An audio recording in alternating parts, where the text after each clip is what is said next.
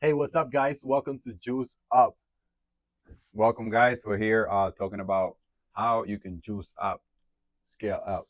Yes. Right now, today, we decided to talk about money because I know a lot of people out there are looking for an opportunity to put their money or looking for a way to make more money if they don't already have some. Yeah, I mean, this is, I guess, most people's journey in life is to make money. We measure our success on how much money you can make, what you do with that money. So I think it's a great topic. We've come from nothing, right? We come from zero money, and we have made it into a multi-million-dollar enterprise. So I think we could say a couple things, one or two. There's no one right way of handling money or philosophy of money. So I think, in my opinion, I think the audience, you guys will get more of this, of kind of us talking about what our philosophy of money is. We all have different ones. I know you treat your money differently than I am. Yeah. You're probably more organized than I am, but that doesn't mean that I'm not. I don't respect money. But let's talk about it. So, what is your philosophy on money? Yeah, well, the first thing is I think you need to respect money as what it is. Money is a tool, and it's a tool that you could use or you could get used by it. And the way we manage money around my house is that we have our set expenses, right? Whether they have to happen, like the rent or mortgage, the food, the electricity. Those are must, right? You must have those. But of course, that changes depending on how much money you make and Mm-hmm. how much actual income you have. So as you make more money, you want to get more comfortable. You want to have a better lifestyle, and you could invest more money into your house, your car, and things like that. But at a minimum, you want to have shelter, food, etc. And then you have vacations that how we do it is that we try to budget. So let's say we have $5,000. Those $5,000 are for vacations. So if we want to take two vacations, we have to split that two. Maybe we take a shorter uh, um, vacation within the states and one of them outside of the country where we know we're going to spend more money. I don't know where you go um, for the $5,000. No, that was just an example. That's Okay, not I the was gonna ask you actual. like where do you go, man? 'Cause Yeah. vacations are very expensive. Especially if you have kids. Yes. Yeah, but with me personally, very similar to you. I respect money, but I don't regard money. I don't let money run my life. If I am very aware of what my income is and what my expenses are. So I think I'll talk to that a little bit. At least once a month, I spend my whole Sunday morning. I wake up early and I spend my whole Sunday morning on a spreadsheet. Right now, I used to do you could do QuickBooks and stuff like that, but I'm pretty good with the spreadsheets. And I go over what are my income for the month, what are my expenses, and I make sure that my expenses are not more than my income, unless I want them to be. And I also treat investment income differently than personal day to day Okay. income. So you audit your month versus what we Yes. try to do in my house. We try to like forecast and say, okay, this is what we're going to spend for the month. Hmm. Which they're both different ways, as you see. So you could have your own way of doing it, or maybe your family does. Comment below if you guys have any other way of doing this. Yeah, yeah. And also, how do you get money? Like how do you get money for investment? There's so many different vehicles out there. Vehicles meaning ways that you could get money, especially if it's for an investment. If you're trying to buy an investment property, if you're trying to open a business, there's many different ways that you go about it. You don't need to necessarily have all the money together, but you do need ways, understand these ways and Yeah. educate yourself on how to get these, because if you don't plan, and for example a loan for a business, they usually require collateral. You need to be able to provide the bank some type of collateral in order for them to give you money for your business. Otherwise it's not going to happen. But if you just think, oh, I want to open a business, you have in your mind you're going to open a business, and then you go to the bank and they shut you down, it's like you failed to plan, you failed to educate yourself. That's why you were not successful. So I think that's important too, to take into account when it comes to money. Another side of money is credit.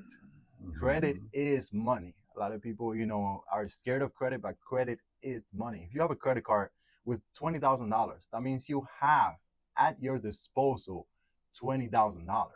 So it's not the same as income, but it's money that you can use. You just have to make sure that, in my way of seeing it, is either for to make money or you're taking that money to buy something that you know you can pay back with no problem before the interest on that credit card starts to add up.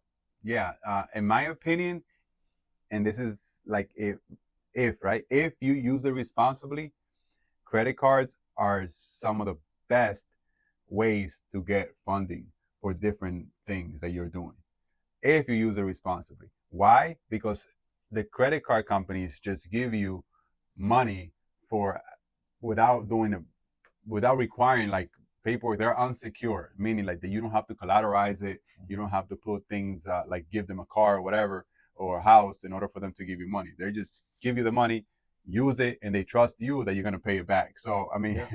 that's pretty cool. And I want to provide people a lot of value here. So I know there's a way to build your credit card limit, and I know you have a really good credit card limit on your personal side. Can you let us know what is it, and what did you do to build that limit? Yeah. So some of the strategies that I use is like whenever I'm doing a big project, I put everything on one credit card, right? And I make sure that I pay that credit card back. Like I sometimes I pay it back right away, or sometimes I pay it back in a couple months. Sometimes the credit cards companies send you zero interest for a certain amount of month. I make sure that I put everything on that credit card and for zero interest, which is the best. Like that's free money, and pay it back before I start accumulating interest. And I'm always like every couple months I'm updating my income as my income updates, and based on that, the credit card companies increase my credit limits. So you could, I know people that have hundreds of thousands of dollars in a credit card limit, and that's because they use these simple strategies of making sure that they put money in the credit card, they pay it back, and they see that history. And as your income grows from other investments, hopefully that you're doing with the same money that you're taking to pay that credit card, then you're able to borrow more. So, and something that people don't know about credit cards is that they ask you for the household income, not your personal income. So if you live with four other people that earn $50,000 a year, you have to technically what they're asking you is how much does everybody in your household make, and you have to put $200,000, not $50,000. That's a big tip that a lot of people don't know. So answer the questions correctly. And I also want to add a parenthesis to what you said. Yes, you could put as much money as you can with doing a project like that, but don't exceed the limit, right? Because that's gonna hurt. Hurt you with that credit card. Also, never pay late. You guys may know this. That's gonna be really bad for your credit and that credit card. And every so often, you can ask them to increase the limit. Of course, you're using this credit card on a regular basis. Because if you're not using it, they're not gonna give you any more money. And I would just want to say, so we have personal money, we have credit, right? And there's another way that you guys can get money out there for your goals and projects and whatnot, and that is through friends and family. And this is a little bit more delicate because these are considered like personal loans.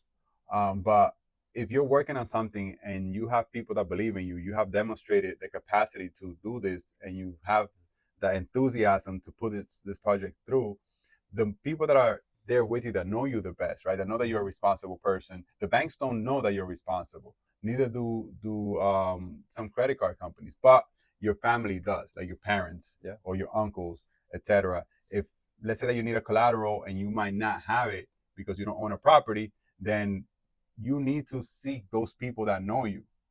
And maybe they're in a position to lend. You never know. If the deal is good for them, they trust you enough, they might be in a position to lend money to you, or offer a collateral to you so you could get this bigger loan from the bank and move that project forward. That is huge, and a lot of people don't talk with their family members and friends enough about this but there's something that people do which I don't understand.